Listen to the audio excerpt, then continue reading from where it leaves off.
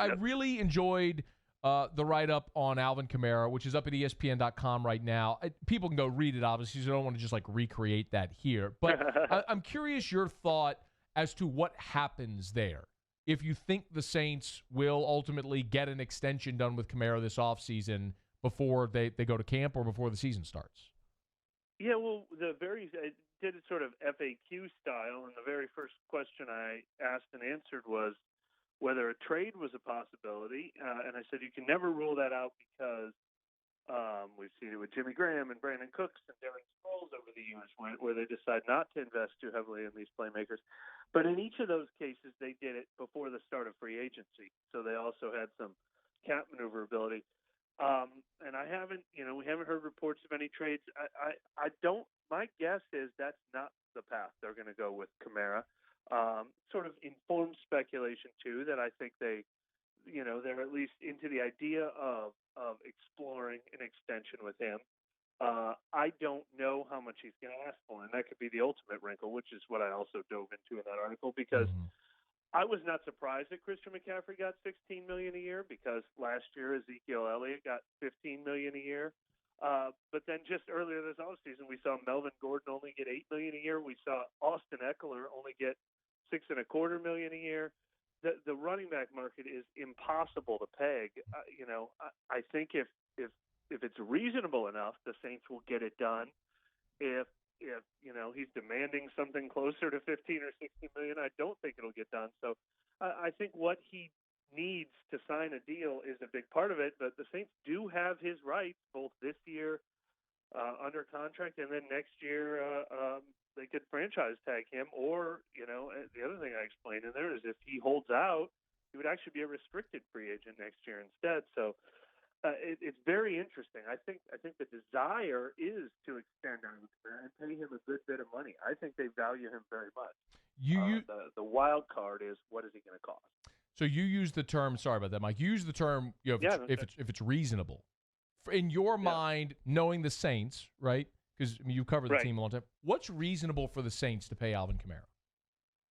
See, that's really hard to peg too, because I have covered the Saints for a long time, but I've never seen them pay a running back like this. They haven't necessarily had one.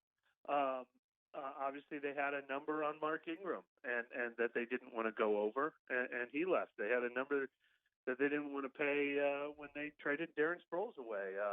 Reggie Bush got traded away. So I think he means more to this current team than a lot of those guys did, not just because he's the best of all of them, which he probably is, but also because when you look at the alternatives, he's a much bigger part of their offense. He's caught over 80 passes every year, and we talk all the time about how bad this team needs a pass catcher, and I think that'll weigh into their thinking. They don't mind investing a little bit because he's more than just a running back. He's also their number 2 receiver these last 3 years. I would really be guessing, because the market is so hard to say, but if that settles between 12 and 13 million a year, maybe both sides could be happy. I don't know if the Saints would do that, and I don't know if Kamara would accept that. But if you told me to guess, if we're having like a family pool, I'd guess it settles at 12.5 million a year. Maybe feels like the value, but after seeing McCaffrey get 16, it's hard to know that he would accept that. Look, Saints fans have been arguing for a long time until McCaffrey had this monster year that Kamara was better than McCaffrey. So it's tough. It's really tough. That 12 even seems steep, but so it's interesting to hear you go there, because that may be just the frame and the lens that we have to look through whenever we discuss Kamara. And I'm curious your thought, Mike, also, and last thing on Kamara. If this is the last year for Drew Brees, and if, let's say this is, or it's 2 more, whatever, Drew Brees isn't going to outplay Kamara's next contract, wherever it is. Right. How much does Drew Brees' inevitable departure weigh in, or does it, to the decisions the Saints are making with respect to the other skill guys on offense? Well, I think it might factor into their financial planning. I mean, they know that they're not going to be paying a quarterback $35 million in the next few years. So I think that allows them to reinvest in. They didn't have to let Michael Thomas go or Cam Jordan go. I think they'll reinvest into Mario Davis next year and possibly Kamara, as we're talking about, and Marshawn Lattimore and Ryan Ramczyk, knowing that if you're the Green Bay Packers, or you're the Seattle Seahawks, you're paying, or the Kansas City Chiefs, you're going to pay $35 to $40 million a year for your quarterback for the next 5-6 years. So I think that allows them some future flexibility. But as far as who's playing quarterback and does that change how they value Kamara, I think Kamara kind of fits with Brees, and I think he would fit with a young quarterback as well.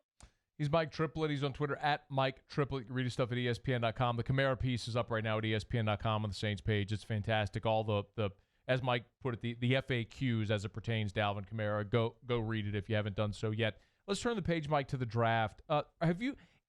If you were wait, by the way, has ESPN done the full mock draft thing with all the NFL Nation reporters? We haven't done ours yet.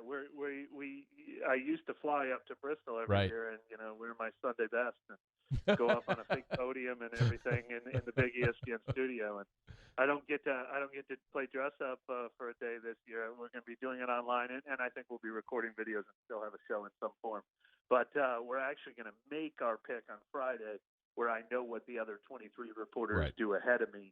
So I have not yet made that pick. I've got ideas floating in my mind of who I would pick, in scenario A, B, and C, though. Okay, so obviously you have to know who's on the board, so you can't spill anything for like a spoiler. But best case scenario for realistic scenario, okay, like Tua and Joe Burrow aren't. Chase Young's not going to be there at 24, okay? So realistic best case scenario for New Orleans, is it a player or is it a position?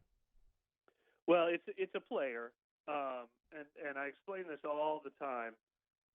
Every once in a while, they absolutely need a position, and you can figure it out. I remember that being the case with Malcolm Jenkins. Like, there's a player who fits their need. They did that with Sheldon Rankins. They did it obviously when they traded up for Marcus Davenport. So positions matter, but a lot of times this pick gets made because they've got one guy with a grade of 94, and everybody else on their board has a grade of 89.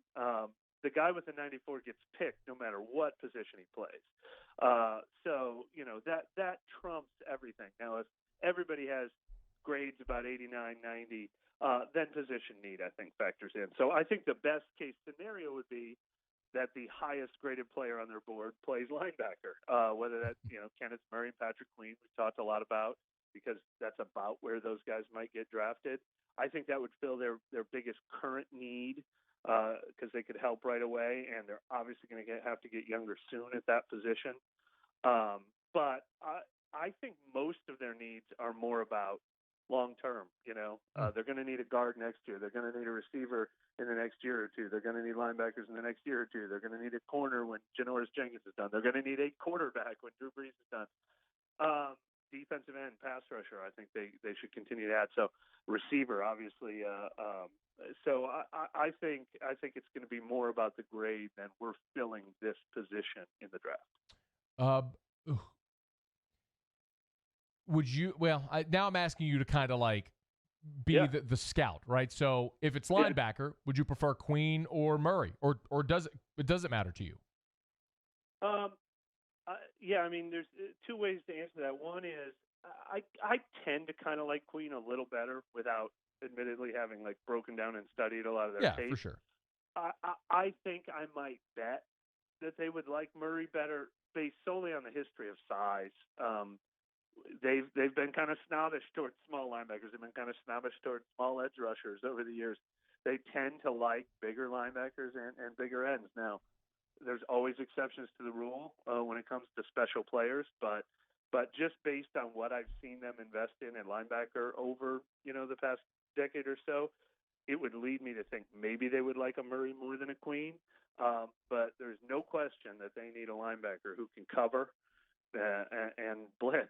And Queen's obviously able to do that. So if they like his ability to do those two things, even at his size, then they could break trend there. Yeah, Mike, I'm on I know LSU fans obviously want the Saints to take Patrick Queen. They always want the Saints to take the LSU guy. I'm unemotional there. Like the Saints, I'm with you. Saints need a linebacker. Whoever they have with a higher grade, like at this point, have the Saints? I got two more things. I'll do it quickly.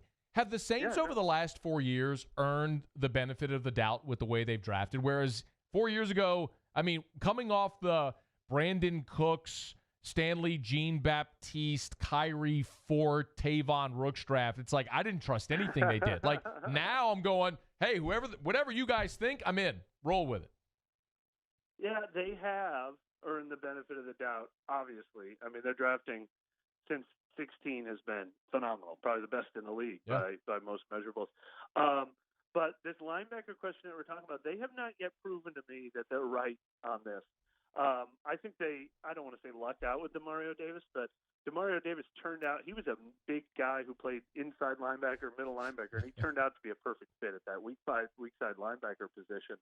But over the years, they've ignored, speaking of LSU, Deion Jones, Quan Alexander, smaller linebackers who are like hybrid linebacker safety types. And a lot of teams have a lot of success with those guys in their own division. Thomas Davis, Levante David for years.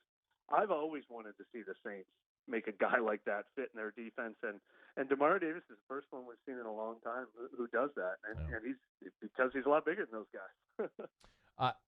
I'm with you. I'm fascinated to see how this all unfolds a week from Thursday. Last thing for you, quarterback. At what point in the draft would you be okay with the Saints pulling the trigger on a quarterback? Oh, well, I mean, I'm okay with them trading up in the first round and drafting one if they've got conviction on the guy. Okay. I mean, it's important enough now. Drew Brees is only going to play for 1 or 2 more years. I'm excited to watch the Taysom Hill experiment, but quarterback is by far the most important position on the field. If a quarterback has that, if we were talking about those grades we were talking about, if a quarterback has the highest grade on their board, they can trade this year's first and next year's first for him. It's that important. I don't know that I see it though. I mean, Jordan Love is the only guy in that range of the first round because I don't think they can get one of the top 3 quarterbacks. So they'd have to really love Jordan Love to do that for him. But no, we've reached the point where they don't have to force it because Taysom Hill's in the building. But it's the number one priority for the Saints now is finding their next quarterback from here and into the near future, I think. Great perspective as always. Be sure you follow him on Twitter if you're not already. I'm sure you are. But he's at Mike Triplett and read his stuff at ESPN.com. If you need Saints content, you can get it there. Mike, we always appreciate it, man. Sorry you're not getting the trip to Bristol, man, but you can still put on your Sunday best for the online draft. Yeah. Oh, I will. All right. I'll shave and shower and everything. We'll look forward to it, man. Thanks for the time. Thanks, man.